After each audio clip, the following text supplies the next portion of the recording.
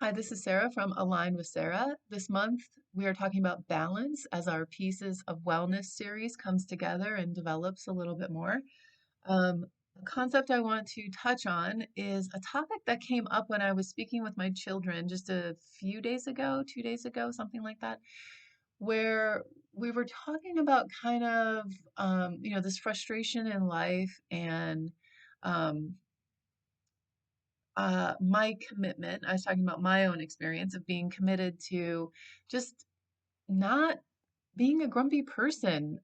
We were being tailgated by somebody that was like flashing their lights and just they would not turn, or not turn, go around us. And we got to a traffic light and there was this like beeping and it was just kind of out of control. And I thought, oh my goodness, I don't feel like I have the best days but I never have that experience of kind of pushing that out.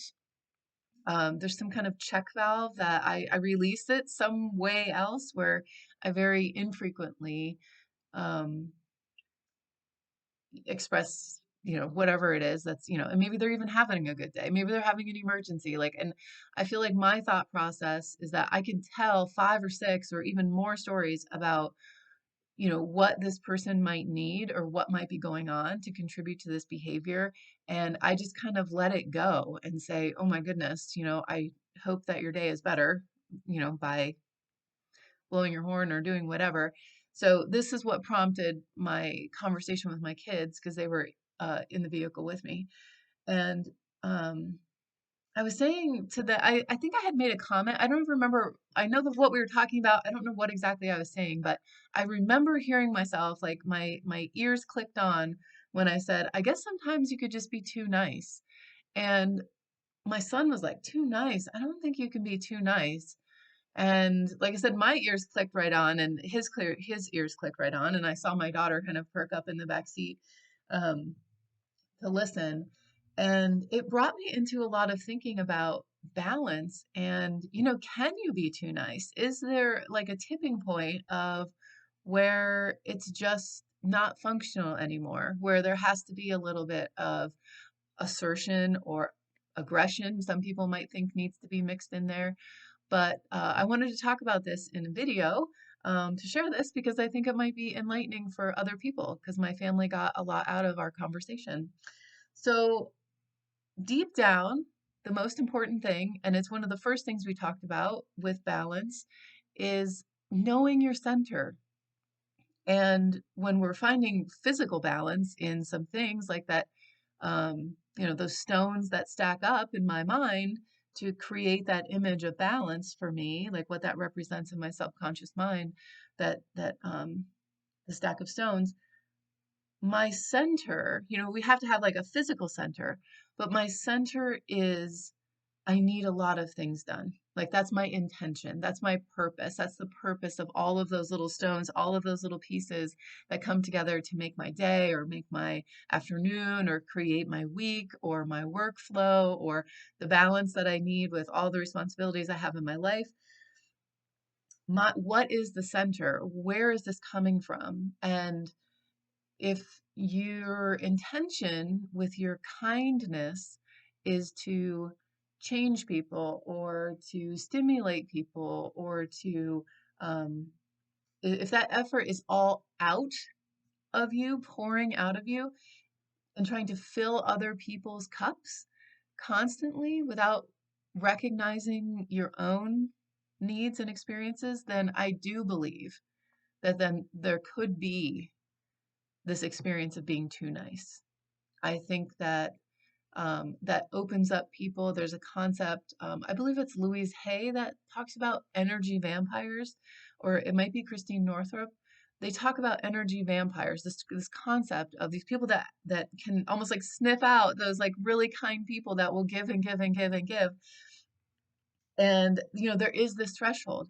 But if that person that is giving and giving and giving, if their intention is something else, if their intention is, I don't need this stuff, if their intention is, it makes me feel better, it's filling my cup to see X, Y, and Z happen, to sponsor these children for for Christmas time, or to donate regularly to this cause, or to, be part of my community events where, this is so important to me because I see a different impact. So the center that that is based on, the purpose, the meaning behind it, as long as that is coming from love, or, and not fear, or maybe there is a balance of love and fear where we want to end this. Like we have a fear that it's going to take over our community, or we have, enough love where we want to be changing this experience. Uh, all of these things can contribute to helping evaluate where you are in your energy cycle, in your energy system. How much energy do you have for your day in the morning, in your afternoon, in your evening? I feel like that's where I am focusing on, where, is there too much kindness here? I kind of don't feel like there could be too much kindness. I feel like I can get to a point of feeling overextended. I could get to a point of feeling where people are taking from me versus that experience of reciprocity. What is being offered? What is being offered to me? What am I offering to others? And are they accepting it? Am I accepting it? Which way is this reciprocity going? Is it me offering, offering, offering? What is being offered back? My own experience, my own feelings, my own perception of change, or frustration, exhaustion, a feeling of maybe taken advantage, or maybe my efforts are not received. Um, all of these things contribute to our own experiences. So, this was just about the same kind of depth of conversation that I had with my family. But I really thought it was an interesting concept because I never really thought of, can we get to the point of offering too much love, offering too much kindness, being too much of a good person? And if we have it in our head that, that good guy always finishes last, then, we're going to be manifesting that. We're going to be creating that belief system. We're going to be finding proof that sets us up for that experience. So, um, being the nice guy, check in with what that means to you. Again, what is that image that comes to mind? Is there a comic strip that you remember seeing, or is there an experience with your parents or a neighbor or some sort of loved one, or something that has shown up over and over again, maybe at work, or some experience when you were younger, about what happens to that nice guy? What does that nice guy get rewarded? Does that nice guy um, or woman, that nice gal, that nice guy, um, do they finish in second place? Are they always the runner up? So you're still high on that totem pole, but, do you have a belief system that you're never going to end up as the number one?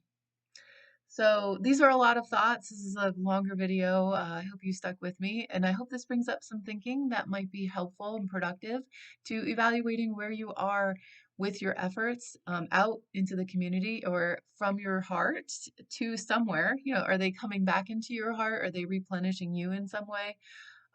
So yeah, being too nice, being too talkative, being too excited about sharing information, what's the line? What's the balance? Who knows?